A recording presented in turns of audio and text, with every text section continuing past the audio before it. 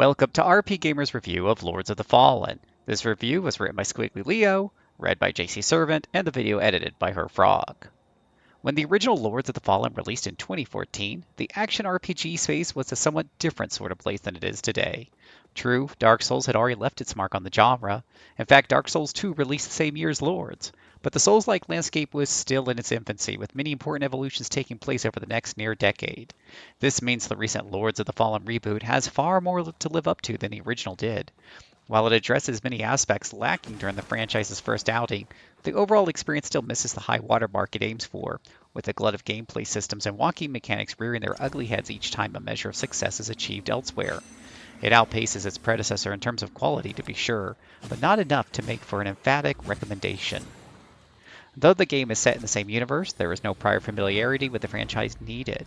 Players take on the role of Lampbearer, an anonymous soul who comes into possession of an umbral lamp after its previous owner is slain by the Light Reaper. It doesn't take long before the player is pressed into service, traveling the land of Mornstead to cleanse 5 beacons in order to prevent the demon god Idir from rising again. While making their way through the world, players can use the Umbral Lamp to transition from the land of the living, Axiom, to the land of the dead, Umbral, in order to overcome obstacles and find useful items.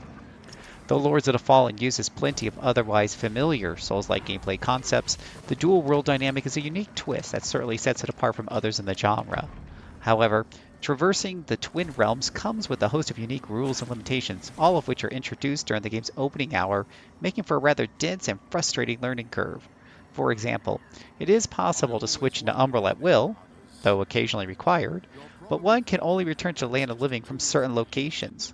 A select few transdimensional actions can, however, be performed without fully crossing over by utilizing the Umbral Lamp. For example, a blocked doorway in Axiom may be open in Umbral, but the lamp enables the players to take a few brief steps in the other dimension without leaving Axiom. Crossing over into Umbral also has its own perils, like constantly spawning enemies and an on-screen meter that fills the longer one stays in the realm of the dead, summoning a fearsome demon bent on slaughter once filled. Being cut down in Umbral is a final death sentence for the player, while dying in Axiom merely prompts one into Umbral for one last go at survival, in essence providing one Hail Mary boost to the health bar prior to death, even during boss battles. Though it eventually becomes second nature, the whole dynamic makes for a rather bumpy start right out the gate. While the dual world mechanic may frustrate early on, combat has a penchant to swing from smooth to irritating all the way to the final credits. The lock-on system is habitually slow to recognize freshly spawned enemies, and there were many times when trying to activate it swung the camera around impotently instead. Elsewhere, having a rally system that enables the player to regain block chip damage by playing offensively is welcome, but is less useful in many instances when being swarmed from all sides.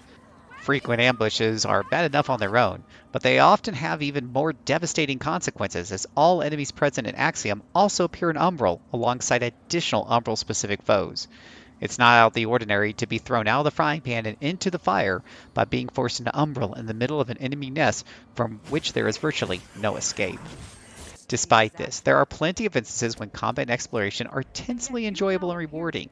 The game's combat system ticks all the necessary boxes, at least on paper, and provides players with plenty of options. These include a number of character classes, including some unlockable ones as incentives for subsequent playthroughs, skill point allotments, and offensive options that include melee, ranged, and magic. Blocking and dodging are present and accounted for, and work as advertised, though a more surefire path to victory lies in throwing enemies and bosses off balance by parrying their attacks. Lords of the Fallen is a rather lengthy game and dwarfs its predecessor in terms of size and scale. Many times along the journey, particularly when outdoors, players can swing the camera around in a 360-degree arc and see each of the Mornstead's 5 beacons in the distance, shooting piercing beams of light into the sky. The lengthy journey will take players to locations like fetid swamps, wooden scaffolding clinging precariously into a mountainside, a defiled cloister, a town burning down to cinders, and a ruined castle keep buried deep in snow and ice. At the center, the hub area of Skyrist Bridge provides a safe haven from the world's chaos where players can rest up, improve their equipment, and further any of the various NPC plot lines.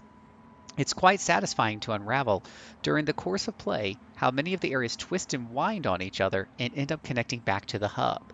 The powerful bosses also feature some memorable highlights, with a few outlandish and bizarre designs that show the developers flexing their creative muscle. When considered as a whole, some aspects of the game can come off as uneven, tipping into one extreme or another over its lengthy runtime.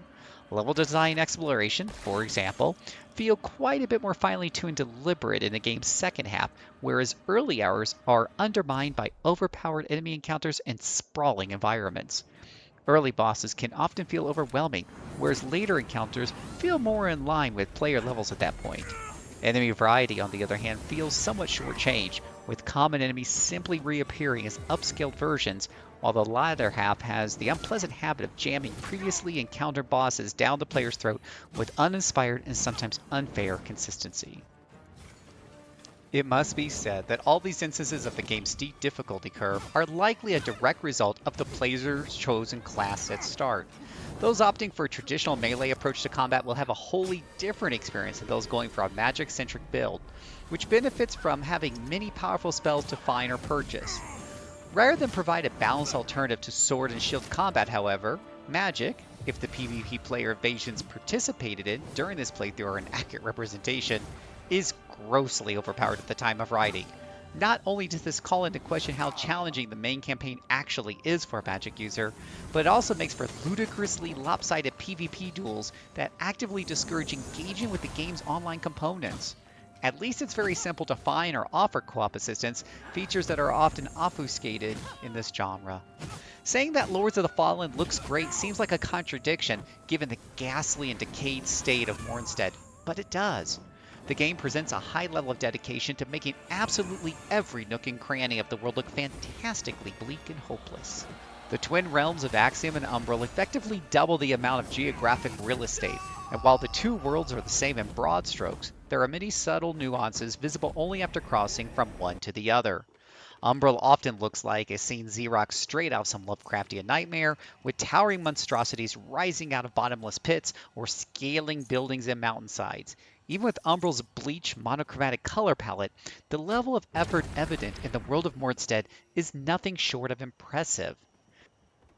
Musically, there's also quite a bit to like, with epic choral compositions taking center stage to highlight the game's gothic tones of decay and religious decadence. The voice actors, too, perform their roles well. Narrative and world building are closely tied together, but must be sought out and thusly can be largely ignored if one wants to. Similarly, side quests exist more as a way to flesh out the game world with characters that can be met and interacted with in various locations as they travel through Mornstead following their own story beats, with the player needing to seek them out or supplying key items in order to trigger their journey's next stage.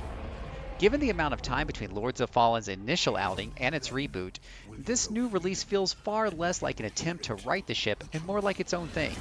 This is a positive, as it certainly forges a strong identity of its own and provides a robust amount of content to back it up.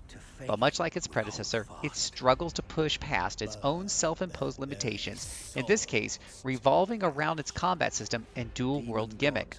With frustrating encounter design and a need to fine-tune some aspects, the game veers from joyful to jarring and back again far too frequently to let a sense of fun be its main takeaway. This review is based on a free copy of the game provided by the publisher. RPGamer gives Lords of the Fallen a 3 out of 5.